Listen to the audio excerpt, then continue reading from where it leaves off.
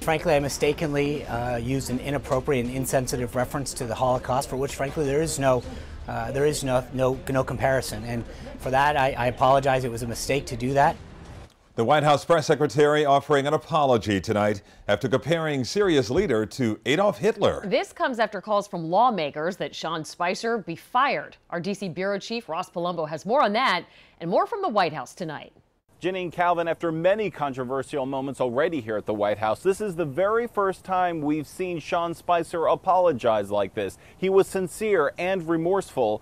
All of this after he compared Bashar al-Assad to Hitler and compared them during Passover. It was insensitive and inappropriate. A rare and robust apology from the White House press secretary after Minority Leader Nancy Pelosi called for his firing, after Debbie Wasserman Schultz called his comments stunning, unbelievable, disgraceful. To drag any other comparison into this was not appropriate. It comes after Sean Spicer compared Bashar al-Assad to Hitler. Someone as despicable as Hitler, who didn't even sink to using chemical weapons. He tried to clarify that minutes later, but may have only made it worse. He was not using the gas on his own people the same way that Assad is doing. This after confusion yesterday over barrel bombs being the new red line. If you gas a baby, if you put a barrel bomb in to innocent people, I think you will see a response from this president. The White House then walking back that statement hours later, saying nothing has changed in our posture. The president retains the option to act in Syria against the Assad regime whenever it is in the national interest. And more confusion as Secretary of State Rex Tillerson arrives in Moscow today. A White House official saying it's clear that the Russians are trying to cover up what happened in Syria, but on camera, a different line. At this time, there's no consensus in the intelligence community that that's the case.